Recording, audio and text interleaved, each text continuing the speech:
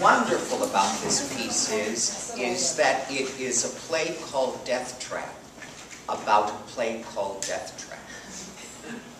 And the exciting thing is as much watching how a murder mystery play is constructed as it is how these characters choose to take ownership, act it out, theatrically first, and then quite possibly realistically. Every one of these 5 characters, look how sweet they look. Every one of them potentially would kill to get a play on Broadway, which is something that we in the theater can't understand. And the delight in this play, why there is also humor, and why it is arguably one of the 5 greatest American murder mysteries, is it is as much about the construction of the piece as it is the enactment of the piece. Now, it was originally presented in 1978 on Broadway, 3 years before you joined us at this theater. 3 years after you joined us at this theater. And it ran on Broadway for 5 years, which in the late 70s, early 80s was phenomenal, just phenomenal. The movie came out in 1982.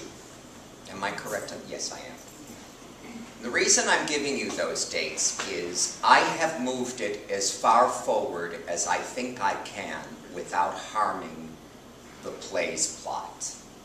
Why is that so? Well, somewhere in the 80s we began having equipment that we now think has been around forever and was not there.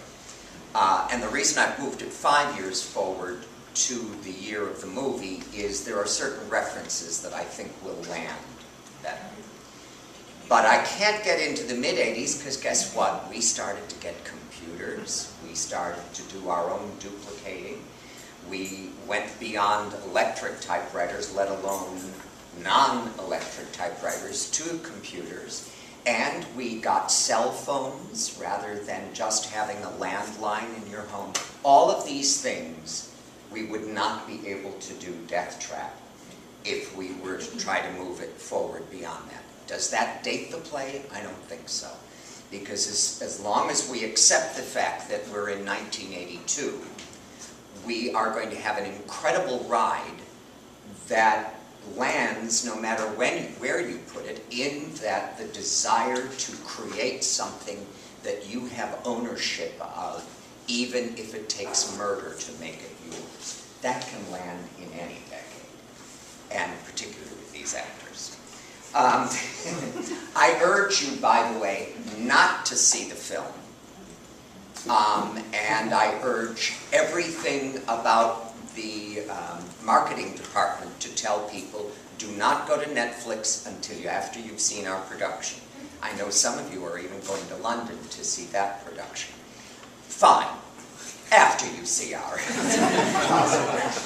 Only because, as wonderful as we are going to be, it is a play filled with surprises and even shocks.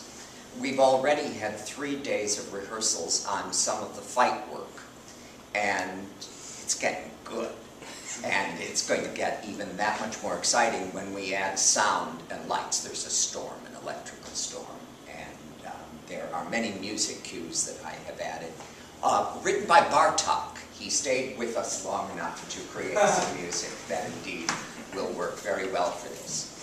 This set, I don't know if you have a chance to look at the white model, but you can see it goes very deep. There are many crevices, many corners. That entire area over there will be filled with weapons. And it'll have colonial furniture and architecture that begets the period of time that this house was built. He's made it a little more historically interesting than is truth, but what is interesting about that is he admits to lying to this new kid. Does that make him a killer? No, every one of them lie at one particular point, except for this character, who indeed is a psychic, and she tells things to others as she feels them and as she senses them. She could be lying too. this is basically it, and it is almost to the point that I cannot and don't want to go on live tape or film saying any more, because it must remain a theatrical piece that surprises and shocks. And I want you to think that every one of these characters, and the director and the designers, are all potentially able to achieve murder.